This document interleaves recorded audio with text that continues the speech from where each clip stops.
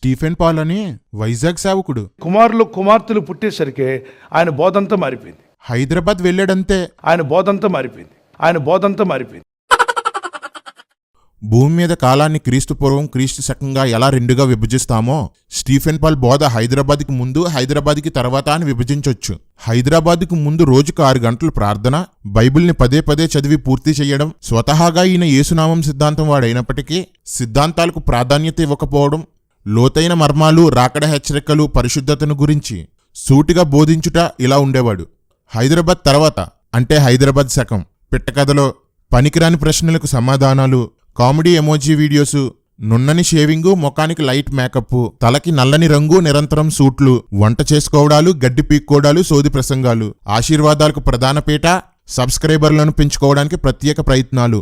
అయినా కరోనా వచ్చిన తర్వాత చాలా మంది పాస్టర్లు యూట్యూబ్ సొమ్ము తినడానికి అలవాటు పడిపోయారా. ఈయన్ని ఎప్పుడు నుండో అనుసరించే ప్రతి ఒక్కరికి నేను చెప్పిన వాటి గురించి ఆలోచిస్తే అర్థమైపోద్ది. అయినా హైదరాబాద్కి ఏ సేవకుడెళ్ళినా సతీష్ అన్న ఆత్మ ఆవరించేస్తుంటది. అది సహజమే అనుకో. నేను చేసిన రోస్టింగ్ వీడియోకి కౌంటర్గా స్టీఫెన్ పాల్ తన జీవితంలోకెల్లా అత్యంత పనికిమాలిన ప్రసంగం చేశాడు. ఈ ప్రసంగం చేసింది స్టీఫెన్ పాలేనా అని చాలా మంది ఆశ్చర్యపోతున్నారు. నేను మాత్రం ఆశ్చర్యపోలేదు. ఎందుకంటే స్టీఫెన్ పాల్ దిగజారిపోవడం నేను ఎప్పుడు నుండో చూస్తున్నాను. వీళ్ళ కూతుర్ని రోస్ట్ చేశామన్న కక్షతో, తన కూతురు తప్పేమీ లేదు అని నిరూపించాలనే కుట్రతో ఈ ప్రసంగం చేశాడు. తిమోతికి రాసిన మొదటి పత్రిక 2:9, పేతురు రాసిన మొదటి పత్రిక 3:3 వచనాలను ఆజ్ఞల లిస్టు నుండి తీసేయడానికి ఎంతగా దిగజారిపోయాడో, ఎంత పనికిమాలిన ప్రసంగం చేశాడో మీరే చూడండి.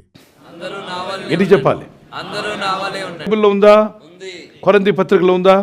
ఇక్కడ చాలా మంది స్టూడెంట్స్ ఉన్నట్టున్నారు, పెళ్లి కాని వాళ్ళందరూ చేయాలి విసరన్నానా? అవునా కదా? ఏంటి చెప్పండి అన్నా. ఈ అంగి బ్యాచ్ ఎవరు? అదేరా, పండగలకి తల ఊపే గంగిరెద్దులు వస్తుంటాయి కదా, వాటికి ఇక్కడే ట్రైనింగ్ ఇస్తుంటారు. కావాలంటే చూడు, పీజే గారు ఏం చెప్తే దానికి క్షణం కూడా ఆలోచించకుండా అవునవును అంటూ డీజే మోగిస్తుంటారు. మితిమీరిన వ్యసనము అపఖ్యాతిని తెచ్చిపెడుతుంది. మితిమీరిన వ్యసనమా అంటే సిగరెట్టు, మందు, వ్యభిచారం, కైని, గుట్కా, గంజాయి, డ్రగ్స్, లైట్గా తక్కువ లాగేయచ్చనమాట. రేయ్ ఎక్కడికరా? ఇప్పటి వరకు బాగానే కంట్రోల్గా ఉన్నాను, కానీ అన్న ప్రసంగం చూశాక మితముగా సిగరెట్ తాగి మితముగా మందేయాలని మనసు పీకేస్తుందన్నా. అన్నా, ఎందుకు కొట్టావన్నా? ఈ జల్లా నీకు కాదులేరా,